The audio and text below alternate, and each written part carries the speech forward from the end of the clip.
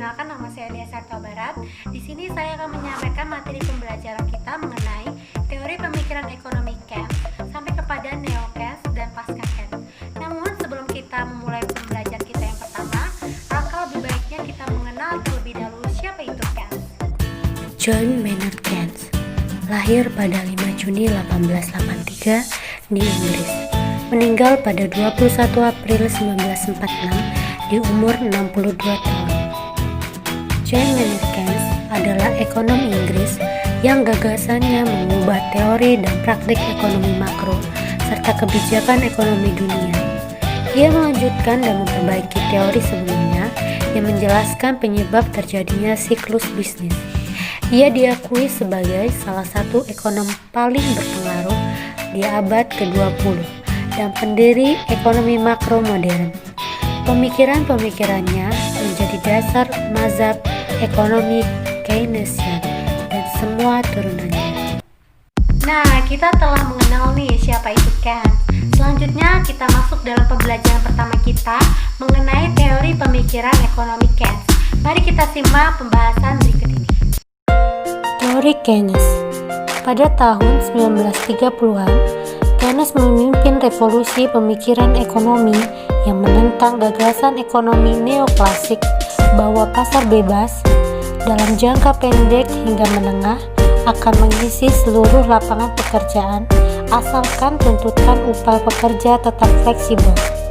Ia berpendapat bahwa permintaan agregat menentukan tingkat seluruh aktivitas ekonomi dan kurangnya permintaan agregat akan memicu pengangguran tingkat tinggi yang bertahan lama.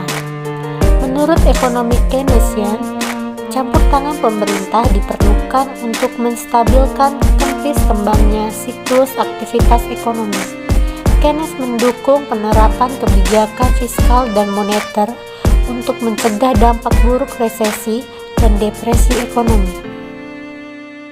Inti pokok dari pemikiran Keynes, pada hakikatnya, konsep teori Keynes dapat dipandang sebagai suatu teori tentang pendapatan dan kesempatan kerja. Inti pokok dalam sistem pemikiran dan konsep Keynes terdiri dari 3 faktor penting, yaitu yang pertama ada hasrat berkonsumsi atau propensity to consume. Yang kedua, tingkat bunga atau interest yang memiliki kaitan dengan preferensi likuiditas atau liquidity preference. Yang terakhir ada efisiensi marginal dari investasi modal. Itulah dia sekilas tentang teori ekonomi Keynes. Selanjutnya kita akan masuk dalam neo-Keynes dan pasca-Keynes. Kita telah belajar mengenai teori pemikiran ekonomi Keynes. Selanjutnya kita masuk ke pembelajaran kedua kita, yaitu mengenai golongan neo-Keynes dan juga pasca-Keynes. Mari kita simak penjelasan berikut. Ajaran Keynes yang tergolong neo-Keynesian. Ajaran Keynes yang tergolong neo-Keynesian sering disederhanakan menjadi Keynesian. Mereka banyak berjasa dalam mengembangkan teori-teori yang berhubungan dengan usaha menjaga stabilitas perekonomian. Teori-teori tersebut menerangkan dan mengantisipasi fluktuasi ekonomi dan teori-teori yang berhubungan dengan pertumbuhan dan pendapatan. Pandangan mereka disebut Keynesian karena teori-teori mereka diturunkan dari teori determinasi pendapatan Keynes. Neo-Keynesian disebut neo karena teori-teori Keynes tersebut sudah banyak diperbaharui berdasarkan penelitian-penelitian empiris yang lebih baru. Selanjutnya ada pasca-Keynesian atau post-Keynesian, adalah sekumpulan ahli ekonomi. Sekumpulan ahli itu menyatakan berbagai pandangan tentang ekonomi makro modern. Pemikiran-pemikiran ekonomi mereka berakar dari pemikiran-pemikiran Keynes, namun sudah berkembang lebih jauh. Selanjutnya, kita akan membahas tokoh-tokoh penting yang mempengaruhi atau mendukung teori Keynesian baik dalam neo-Keynes dan maupun pasca-Keynes. Tokoh-tokoh Keynesian yang pertama ada Alfred Harvey Hansen, yang kedua ada Joseph Schumpeter, dan ketiga ada Simon Kuznets, keempat ada John R. Hicks, kelima ada Wesley Leontief, dan yang terakhir yaitu Paul Samuelson. Pembelajaran selanjutnya yaitu teori gelombang perusahaan atau business cycle. Pada masa lalu, masalah gelombang perusahaan hanya dibahas selintas, dan fluktuasi ekonomi ini hanya dibahas segelintir saja, karena melekatnya pendapat masyarakat pada paham klasik yang mengatakan bahwa perekonomian akan selalu menuju pada suatu keseimbangan dan tidak akan terjadi guncangan-guncangan.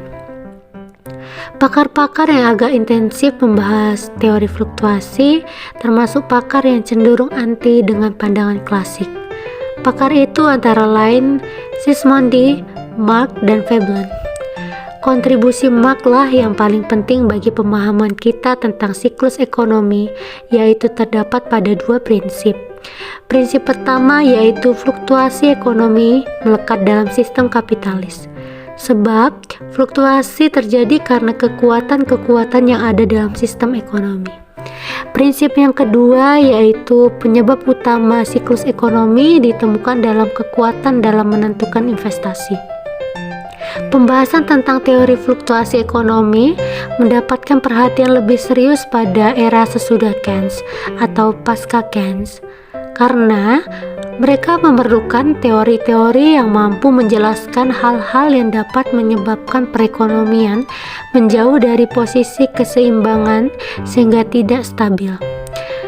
Menurut kaum neo-Keynesian, fluktuasi terjadi karena terjadinya perubahan-perubahan dalam tingkat investasi dan rendahnya tingkat konsumsi.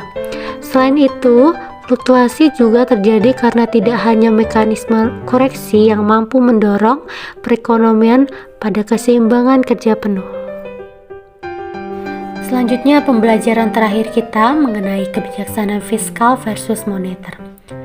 Keynes telah menemukan struktur teoritis yang dapat digunakan untuk memformulasikan kebijaksanaan ekonomi makro untuk menstabilkan perekonomian.